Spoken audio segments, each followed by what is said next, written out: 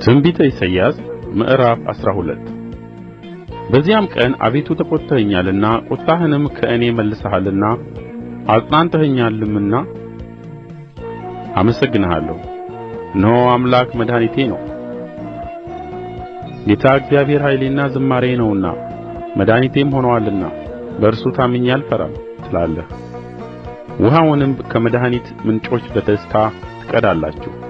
በዚያም ቀን እንዲህ ትላላችሁ፣ እግዚአብሔርን አመስግኑ ስሙንም ጥሩ።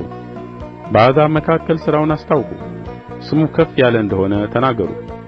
ታላቅ ሥራ ሠርቶአልና ለእግዚአብሔር ተቀኙ፣ ይህንም በምድር ሁሉ ላይ አስታውቁ። አንቺ በጽዮን የምትኖሪ ሆይ የእስራኤል ቅዱስ በመካከልሽ ከፍ ከፍ ብሎአልና ደስ ይበልሽ፣ እልልም በይ።